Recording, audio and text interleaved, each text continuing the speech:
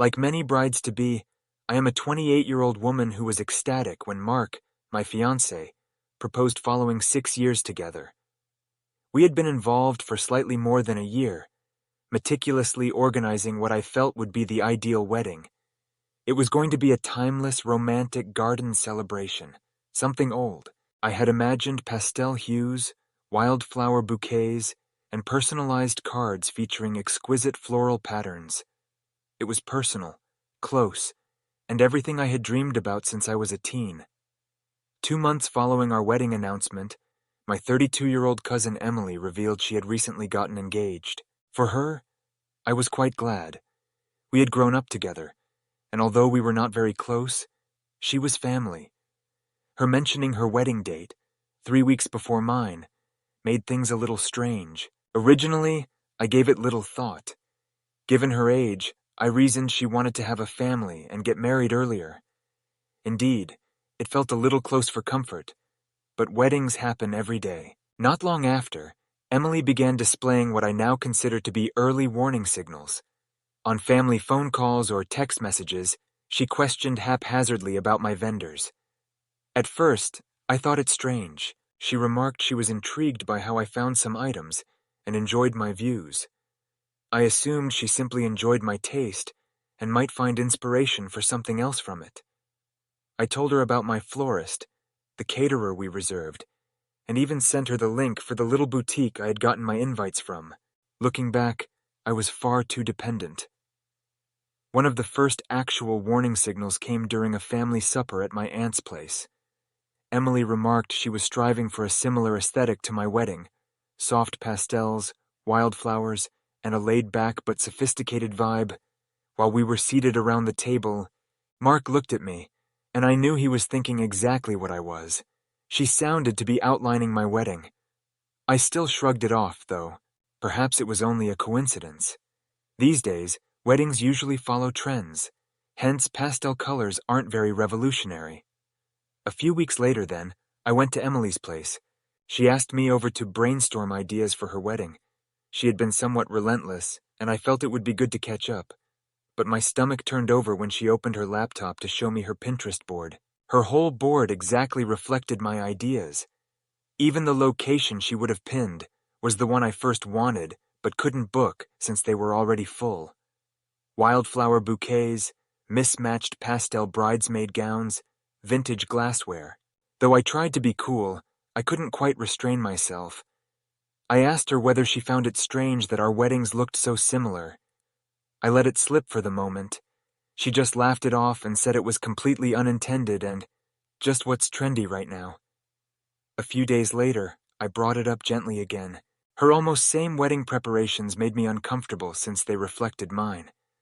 Her reply: she rolled her eyes and called me theatrical. She charged me with attempting to gatekeep a wedding style, as if I owned pastels and flowers. That ached, but I held back from pressing ahead. Given her awareness of my feelings, I reasoned she would back off now. I mistook things. Emily began venting to our shared family members about how I was overreacting and ruining the fun of her wedding plans, not backing off. Our Aunt Carol called to chastise me for being self-serving and advised me to be happy that Emily approved of my ideas. Flattered, it seems more like she was attempting to pilfer my thunder. Fortunately, Emily's position was not taken by every family member. Completely on my side was my younger sister Sarah, my maid of honor. She called Emily out for her obvious plagiarism in a group conversation with some of our relatives. This merely made matters worse, of course. Emily escalated by trying to schedule the same arrangements and contacting one of my vendors, the same florist I was using. I only learned when the florist contacted me to verify she was not double scheduling anything for my wedding. After that, things truly erupted in our family group chat. Though Emily and I hadn't spoken personally, she was quick to publish a lengthy statement about how I was being irrational and making her wedding all about me. A few relatives responded to defend her, claiming I was a bridezilla. Others agreed with me, noting Emily obviously went out of bounds. It was anarchy. The drama continued elsewhere as well. As if that wasn't enough, Emily started posting pieces of my wedding preparations on her social media, claiming she was inspired by them. Mutual relatives started suggesting they might only attend one of our weddings, and since hers was first, they would most likely pick hers to save money. It seemed like a total invasion of privacy. Among all of this, my friends were my saving grace. No matter what Emily did, they advised me to keep strong and concentrate on making my day memorable. I attempted, but by now I was giving disinviting her careful thought. Though I knew it would just make things worse, I hadn't decided yet, since the idea was obviously there. I knew this wasn't only about weddings by the time I understood Emily's degree of travel willingness. It felt personal, and I wasn't sure how to handle it without fanning even more turmoil. I had no idea, but this was only a starting point. Emily's huge day occurred 3 weeks before my wedding. Though I wasn't invited, pictures started to show up on my social media channels hours later. There was startling similarity to my ideas. Her location was outside, arranged like a garden party with mismatched pastel tablecloths and wildflower centerpieces. The ladies even wore outfits in the same color palette I had selected: pale blue, lavender, and soft pink. Invitations, nearly exactly like mine, with vintage script type and hand-drawn flowers. Guests at her wedding observed too. Later on, a few common acquaintances told me that people were whispering about how similar the theme felt, particularly given that my wedding was only a few months away. Some even inquired as to whether we had coordinated it. Of course, Emily claimed credit for everything, discounting the parallels as chance. Though it was difficult to avoid the images, I wanted no more looking at them. I felt like I was witnessing Emily's wedding play out. Without me as relatives uploaded selfies of her tagged with words like, "Such a beautiful day," "Love the wildflowers," or "Pastel perfection." It wounded more than I could have put into words.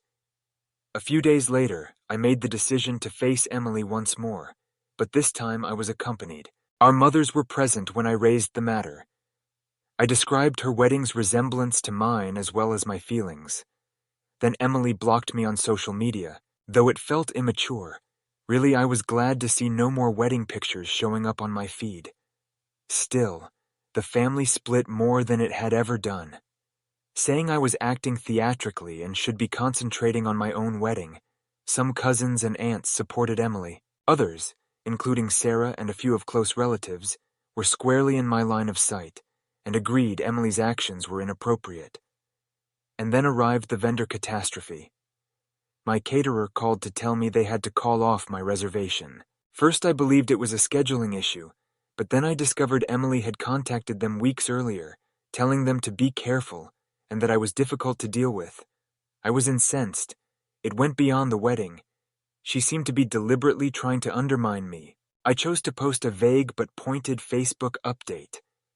Though I didn't specifically name Emily, it was apparent who I meant. I wrote on how terrible it is when someone you rely on subverts your goals and claims credit for your diligence. The post collapsed. Friends, both mutual and otherwise, offered their support.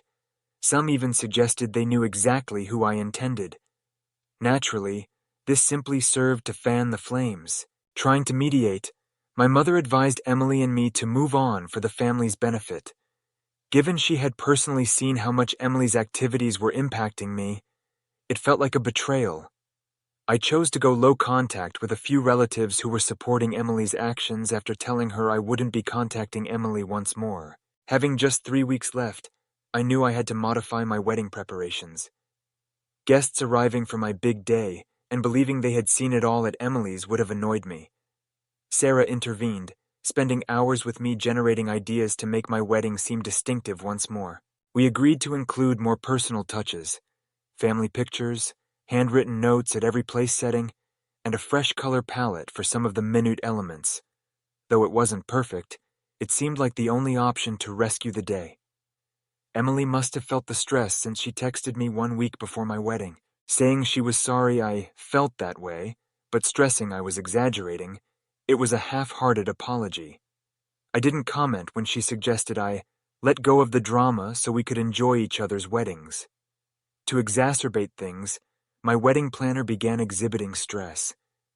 She said how challenging it was to fit the last-minute adjustments and made hints about me maybe overcomplicating things. She wasn't responsible, hence I couldn't blame her, but it increased the strain. Mutual friends also weighed in. Emily's actions startled some, who dubbed her behavior a low blow, while others tried to remain objective, but it was obvious they disapproved of her handling of matters. I began to understand how far-reaching the drama had evolved. At last, I decided that my wedding would take place around me. I stopped fretting about Emily, her views, or what others thought. Emphasizing aspects Emily couldn't reproduce, I threw myself into creating the day as special and unique as possible. It was about recovering the delight I'd lost over the process, not only about saving my wedding. At last, my wedding day arrived. Having gone through all the turmoil before it, I resolved to concentrate on what was important: the marriage of the love of my life. Thanks to all the last-minute adjustments Sarah and I had put so much effort into, the venue looked fantastic. The pastel color scheme stayed the same, but we added personal touches all around. Framed pictures of our family, a guest book table with handwritten comments, and even a handcrafted love story timeline kept next to the door. It felt especially personal to us. As guests started showing up, I was absorbed in the details until I saw Emily unexpectedly among the throng. Though she wasn't invited, she was standing with Aunt Carol close to the door. She seemed as though nothing had happened, sporting a brilliant smile. On my wedding day, I let it slip since I wanted a calm, conflict-free day. Though Aunt Carol was probably behind her stating it was just family supporting family, I knew otherwise. There was obvious tension all through the ceremony and cocktail hour. Emily made it difficult for anyone to overlook her as she managed to participate in discussions. A few of the visitors overheard muttering about her and the incident. One even asked me straightforwardly whether I had invited her. I discounted it, but the discomfort persisted. The reception went off without incident. Until Emily chose to take the microphone, the remarks were passionate and humorous. She arrived at the front during an unplanned moment, even though she wasn't scheduled to speak. She stood in the middle of the room and rambled a toast on how imitation is the sincerest form of flattery, and how she and I had always shared similar tastes. Guests exchanged perplexed looks while Sarah, seated next to me, whispered under her breath. Though I tightened my mouth, I said nothing, resolved not to let her spoil my moment. I chose to gently confront the elephant in the room when it came time for my turn speaking. I spoke sincerely on authenticity, originality, and how much love and attention had gone into making the day special for Mark and myself. The hallowed room burst with cheers. Emily looked less than delighted, and I caught her looking across the table. Dinner saw things get more intense. Close to the buffet table, my mother and Aunt Carol had a furious dispute. Although I missed every word, it was obvious Aunt Carol was defending Emily as my mother stood up for me. A few relatives intervened to cool them, but by then the stress had permeated other tables. Cousins started siding, and what should have been a happy celebration started to feel more like a family conflict. Still, all the same, the reception proved to be rather popular. The personal touches, and how different the wedding seemed, had guests raving about them non-stop. A photographer friend of mine took an amazing picture of the wildflower arrangement against the sunset in the background. People were declaring by the conclusion of the evening that this was among the best weddings they had ever seen. Images from the event started to go around social media practically right away. Friends and relatives uploaded images accompanied by descriptions like, "What a beautiful and unique celebration," and "Love how personal every detail was." The tremendously good response must have touched Emily especially. She began uploading strange notes on her Instagram stories early the following morning. One read, "Some people will do anything for attention," while another observed, "Funny how people change when the spotlight's on them." The family group chat once more went crazy. Relatives who hadn't attended the wedding were now engaged in an argument about whether Emily or I had managed the matter better. While some criticized me for being petty for excluding Emily, others pointed out that Emily had turned up unannounced and started trouble. I skipped the group chat totally. Keeping up with it was rather taxing. I decided to stay no contact with Emily following the wedding. Though it wasn't simple, it seemed like the healthiest option. I also began restricting my contacts with Aunt Carol and a couple of other relatives who had backed Emily's conduct. I realized I had to guard my tranquility, even if it meant severing relationships. Friends, cousins, and even some distant relatives sent me innumerable encouraging notes in the next weeks. Some related tales of how they had always found Emily challenging. Others said I handled the matter elegantly. Knowing I wasn't alone in noticing her behavior for what it was felt empowering. Emily's fiancé contacting me personally was one of the most unplanned events. He said he was sorry for her behavior and suggested that serious problems in their relationship had resulted from the stress and drama. He didn't go into great detail, but I felt their involvement was just hanging by a thread. There was more fallout than that. Some of the members of my family severed all links, therefore further fragmenting our family. Though it was depressing to observe, knowing I had set clear limits gave me relief. Beginning our honeymoon, Mark and I concentrated on moving forward and behind the drama. Looking back, I understood I had gained a valuable insight. Occasionally defending your boundaries results in the loss of those who object to them, and that is fine. I was at last ready to shut the chapter and move forward. 2 weeks following Thanksgiving, word leaked out that Emily's fiancé had called off their engagement. One of my relatives claimed he couldn't deal with her obsession with me and my wedding, and her continuous need for drama. He informed a few mutual friends that Emily's fixation on outdoing him had caused him to rethink their whole relationship. The family group chat was alive with conjecture, and soon everyone knew the engagement was over. Predictably, Aunt Carol wasted no time blaming me squarely. She said I had turned the family against Emily, and that the tension I brought about was the reason her relationship broke off. Sending lengthy messages to everyone who would listen, she portrayed Emily as the victim and me as the culprit. Though most people paid her little attention, the drama was unavoidable.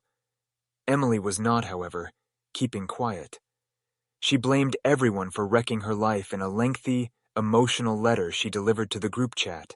She said the family had turned on her by not supporting her throughout her engagement and accused me of planning a smear campaign. Several people exited the discussion completely as the statement was so overblown. Nobody obviously wanted to cope with her theatrics anymore. Over the next few days, additional cousins began to tell their own Emily memories. One claimed Emily had purposefully set her baby shower for the same day their bridal shower was scheduled a few years earlier, therefore requiring relatives to choose sides. Another related how Emily had disseminated stories about her during high school. Speaking up more helped one realize that this was not a one-time occurrence. Emily had a lengthy history of inciting conflict and controlling people around her. Things deteriorated much more for Emily when her TikHub ridiculing of my wedding started to surface. Someone at her company came upon it and reported it to HR. Her employment apparently had a strong policy regarding staff members posting anything that would damage the business. She ultimately got an official warning, and whispers of her being under constant observation for any more misbehavior began to circulate. Emily tried a public apology amid all of this anarchy. She doubled down on the theory she had done nothing wrong while yet posting a lengthy Facebook apology for any misunderstandings. She tagged me on the post, and friends and relatives started calling right away. I turned away from answering. Rather, I kept absolutely quiet, which turned out to get me a lot of respect. People could see I wasn't participating in her drama. Hence her apology looked even less real. Emily lost a lot of reputation. Friends outside the family began to distance themselves from her, weary of her relentless desire for approval and her inclination to bring others into her mess. Those who had first backed her started to see through her antics. She was fast running low on friends. Though it wasn't working, Aunt Carol tried to get everyone behind Emily. Nobody was ready to pardon her behavior going forward. The family began to relocate without her, and Aunt Carol's attempts to guilt-trip everyone into forgiving Emily came back hollow. clearly most of the family was not doing to enable her behavior. Emily no longer directly attacked me, so I felt at last relief. My mother even planned a modest family supper devoid of Emily or Aunt Carol. It was the first event in months, devoid of tense or embarrassing behavior. We caught up, laughed, and delighted in one another's company. Though things weren't exactly back to normal, it felt as though the beginning of a healing process. Emily kept sending mysterious, self-pitying notes online in the meantime. She said on her Instagram stories, "People love to watch you fall, and it's always the kind ones who get hurt." But by now, nobody appeared to give a damn. She was so sorely in need of attention, yet it had vanished. Personally, my marriage was doing great. Mark and I posted pictures from our honeymoon, an amazing vacation to Italy, and got a lot of heartfelt comments from loved ones. After months of battling negativity, it felt fantastic to turn now towards something positive. Sarah couldn't resist, of course, entering one last dig. Using subdued cues and inside gags, only those who knew the story would understand, she shared a tick hub about the whole circumstances. People in the comments speculated about the backstory and laughed at her inventive range, which went viral. Emily had to have seen it, but she refrained from any public response. She could say very little by now. When I thought back on everything, I was so very thankful for the people who had supported me. Over all of this, my pals Mark and Sarah had been my rock. Though I wouldn't want this kind of drama on anyone, it helped me learn a lot about asserting my rights and establishing limits. At last, I was ready to conclude this chapter and turn my attention toward the future. Family functions started to pick back up gently once the dust settled. I told my mother and a few close relatives straight out that I would only show up for events where Emily and Aunt Carol were not invited. To my relief, most of the family respected it. It felt like a necessary limit. The strain that had dogged every event for the past year vanished without them around. People were laughing together once more, and talk seemed lighter than they had months ago. Realizing she was losing her hold on the family, Aunt Carol began planning less personal occasions. Invitations to her house became infrequent, and when they did arrive, most relatives graciously turned them down. Her extended, guilt-tripping group texts dropped until they stopped completely. That was an unusual yet welcome change. Her receding influence started the family dynamic to shift in the right direction. Emily went off social media as well. Her Facebook posts became few, and her Instagram became silent. A cousin later said Emily had completely deleted her TikHub account. The reaction, both inside the family and online, seemed to have finally caught up with her. People stopped talking about her completely, which I would guess was more difficult for her than the criticism itself. As the family drama faded from view, I made the decision to begin planning my own events. In our house, Mark and I had a laid-back brunch inviting the cousins and relatives who had helped us through the wedding turmoil. It went rather well. Everyone loved the few board games we had, along with excellent food and discussion. Establishing new customs free of Emily or Aunt Carol was so rejuvenating. We were slowly but definitely restoring the shattered family ties. One afternoon, a handwritten letter showed up in the mail. From Emily came it. She apologized for everything in it, stating she had thought back on her behavior and understood how much damage she had done. Though I wasn't sure if the letter was sincere, or perhaps another effort at damage control for her reputation, it sounded sincere. I chose not to reply. After all that had transpired, I needed more than words to believe she had really changed. My wedding turned into something of a family legend in the meantime. Someone mentioned almost every gathering. How lovely it was, how clever the details had been, how much fun everyone had. It was about how my wedding had pulled the family closer together following months of conflict, not about surpassing Emily. It came to represent resiliency and made me proud of what we had produced. Apart from family life, I started focusing my energies on my profession. At my job, I had been working hard. It paid off. Along with compliments from my manager for my leadership on a difficult project, I was promoted, emphasizing something great and seeing real outcomes was fulfilling.